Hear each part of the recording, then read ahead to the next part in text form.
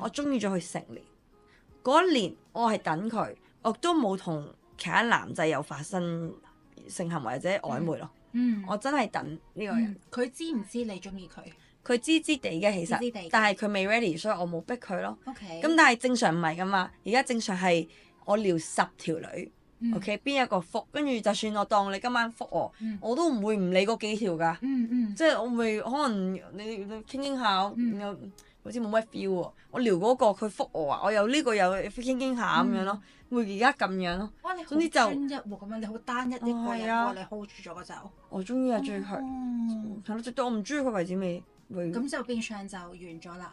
咁所以變相其實而家你嘅即係嗰個 state 嘅狀況就係有好多人話中意你，但係佢哋唔行動。我覺得我只係佢嘅 contact list 10個女仔其中一個咯。OK。係咯。咁即係我係覺得咁咯。咁我就覺得哇，真係好奇怪。